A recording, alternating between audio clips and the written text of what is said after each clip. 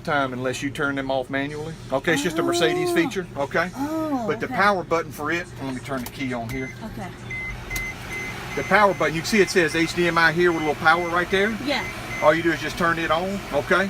But when you go to turn it off, you have to hold the button until it powers down. If not, it'll drain the battery, okay? Gotcha. When you go to turn it off, just hold it until it shuts down. Got it. If not, it stays on the whole time. It'll drain the engine battery. Gotcha. Okay? Okay, yeah.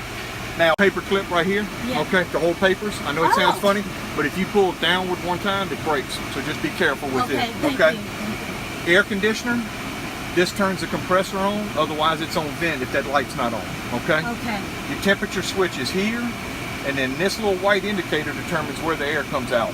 Okay. With it here, straight out the dash. If I turn it up, it's defrost. Okay. Right is a mix, down is floor, and then back to being just dash, okay? Okay.